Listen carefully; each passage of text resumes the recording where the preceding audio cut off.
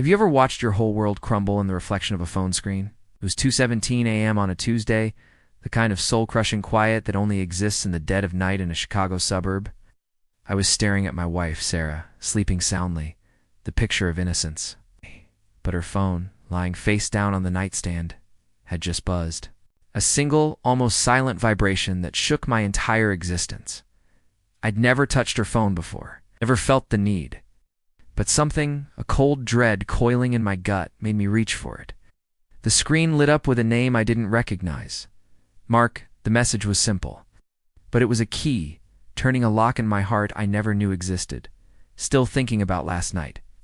"You're intoxicating." My breath hitched. Last night she was supposedly at a work dinner in Lincoln Park. The mystery wasn't just who Mark was how many last nights there had been. If you genuinely enjoy our stories, please subscribe to the channel. Tell us where you're from and what time it is right now. It's always fascinating to know how far our story flows. The betrayal was a physical thing. It felt like I'd been kicked in the chest, the air forced from my lungs.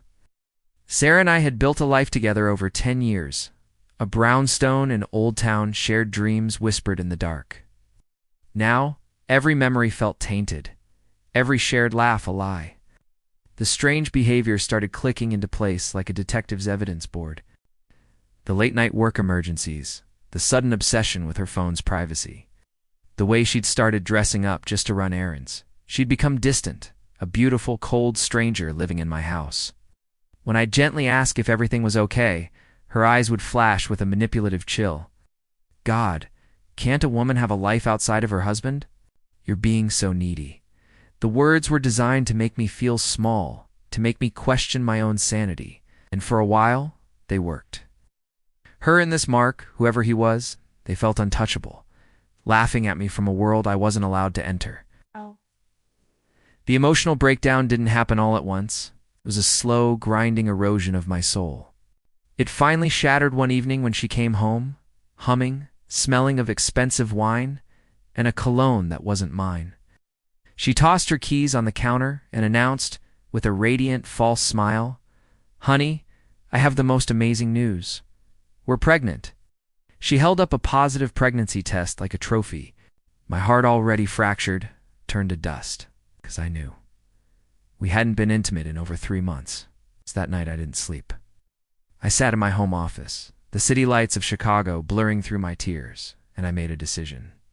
The broken man was gone. In his place, a strategist was born. My revenge would not be loud or explosive.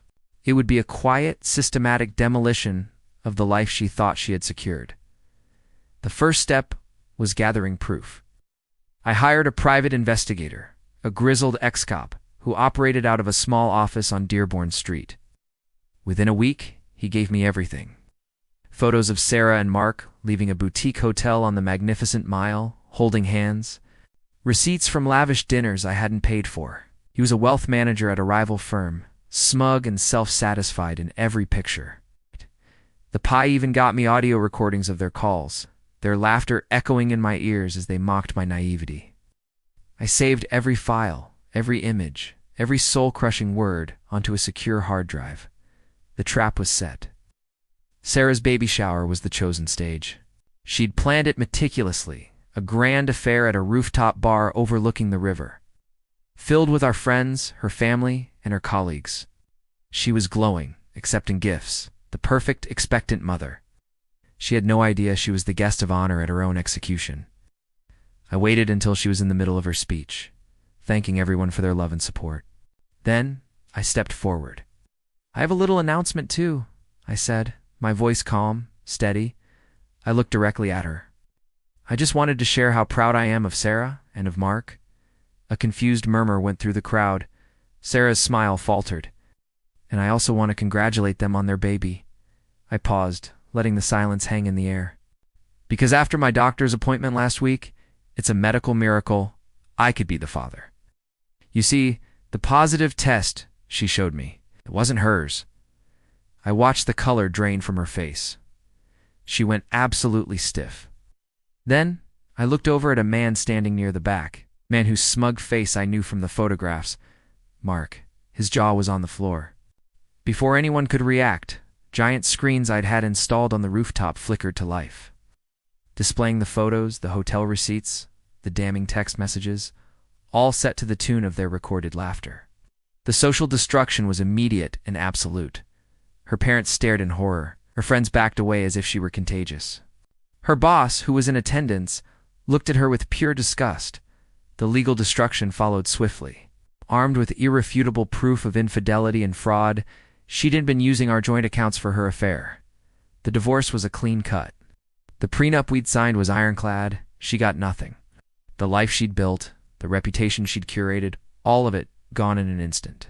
I left the party before the screaming started. I didn't need to see the fallout. I'd already won. Months have passed. I sold the brownstone and moved to a quiet apartment in a different city. Sometimes I hear things. That Mark abandoned her the second the scandal broke.